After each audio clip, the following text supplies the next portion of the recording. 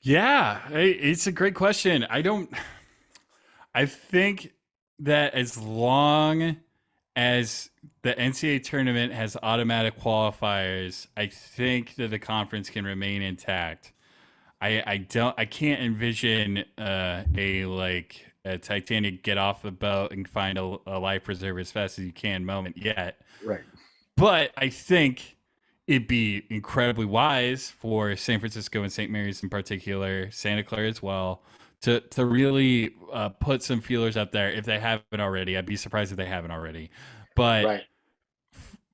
I just feel like again this whole shakeup is it's still such like a massive thing that you can never be prepared for it, and that there's going to be some conferences that just ignore the big bad thing happening in the sky and just continue as business as normal Hey, until they can't. hey, you know what? I don't know. Maybe the conversation has happened, or the conversations are happening. And like, yeah, as you mentioned, like I would really hope that like if Gonzaga goes, is like St. Mary's would be like, hey, take us with you, so that we just keep the built-in rivalry out here. Yeah, I And maybe USF and Santa Clara are part of that conversation too. It's like, let's keep these four together, and I three of them are in the same region. yeah, I mean, we can talk about this too. I think ultimately for Gonzaga, it's such a clear.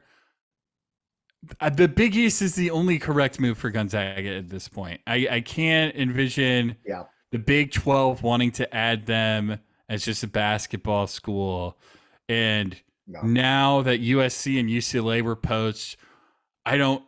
We've I've been against the Mountain West move the entirety of those rumors of Gonzaga talking to the Mountain West.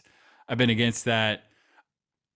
Kind of the same situation with the Pac 12, which is a wild thing to say. But what is the point if it's just Oregon and Arizona and Cal and UW and Stanford? And with the football thing, Washington and Oregon are already trying to hop off and go over to the Big Ten. Arizona, and I'm sure Arizona State, along with them as travel partners, are asking the Big Ten or Big 12 what's going on. I there's that foundation's messy. Like, is the Pac-12 just going to eat up the Mountain West and Gonzaga doesn't join the Pac-12, but St. Mary's does? What happens?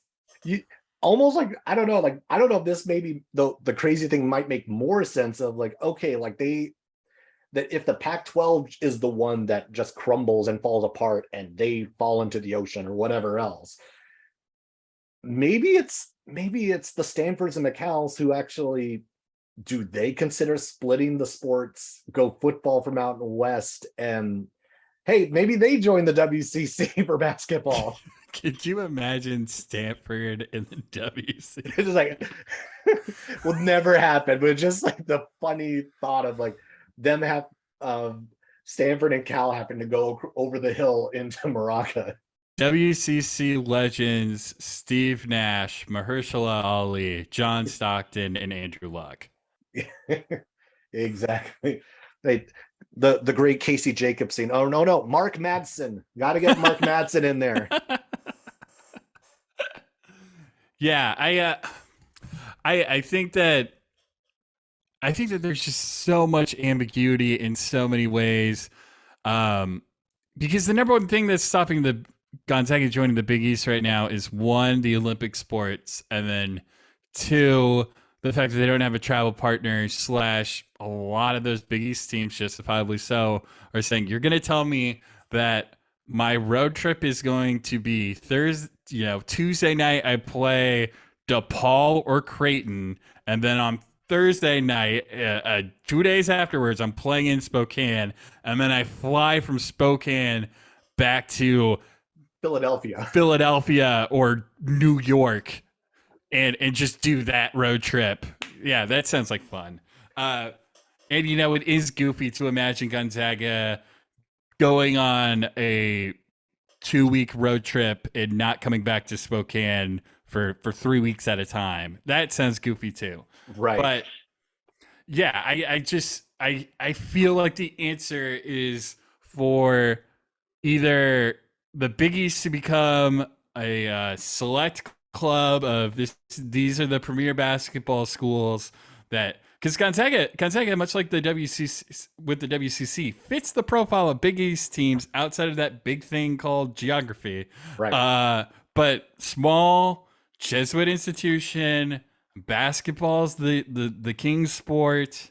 What's interesting too, my co-host Josh Linke brought this up. After UConn, Gonzaga's women's program would be the second biggest moneymaker in the Big East. Like that that makes sense to be both men's and women's basketball. Yeah. So like my dream is for Gonzaga's other sports, baseball and etc., to either stay in the WCC, which Gloria Navarez probably just has no interest in whatsoever, or have them in the Big West, and you just have the Big West and the Big East, and then ultimately, gradually, because football is terrible and eats all the fun things and takes them away from us, we'll just have a Big West and Big East for all the mid-majors that they can join whichever side makes sense. And there you have the Power Six conference. Yeah, like maybe that's what it is. We just like the Big East, or even like hell, the Big East WCC just becomes one large conference. You just have basically the Western Division and the Eastern Division. Yeah, I mean, like the fact that Coke and Pepsi are turning into the Big Ten and the SEC is just ridiculous. We're just a couple years away from the idea of, I'm sorry, this is a Big Ten house. I'm sorry, this is an SEC house. Like that's it. That's all we got. The ACC is going to get eaten alive. Notre Dame's going to finally have to make a decision. The idea that North Carolina could be an SEC school is disgusting. The idea that Duke is going to join the Big East is like, but you're the bad guy. Like that's the good schools. The good schools are in there. Like why are you there? Well, yeah, I don't know. Maybe they won't be the bad guy without Coach K. I don't know. Maybe it changes without him. He's still there. He's not leaving. Shire is just the one on the bench, but really. Yeah, there's a man in the booth upstairs calling the shots. All right.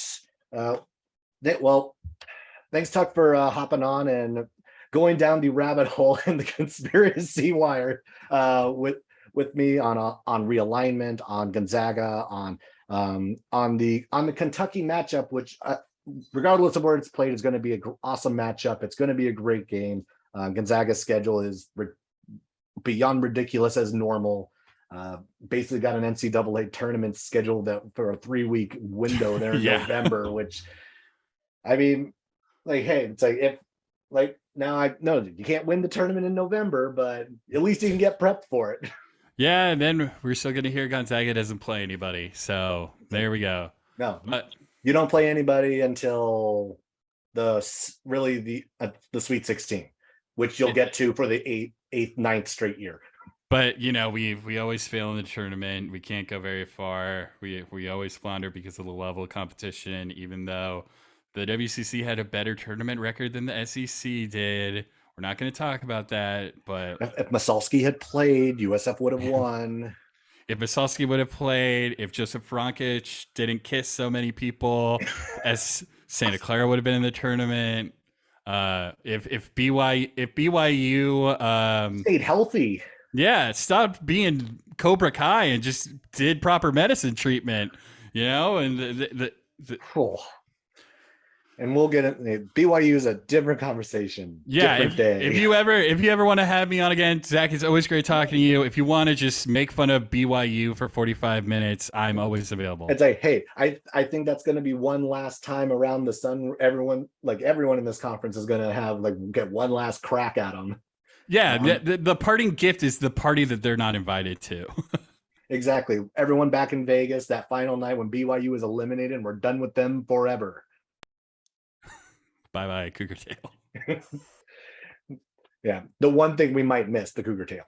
That's it. All right. Thanks for joining, and we'll get you back on at some point during the season. Yeah, always great, Zach.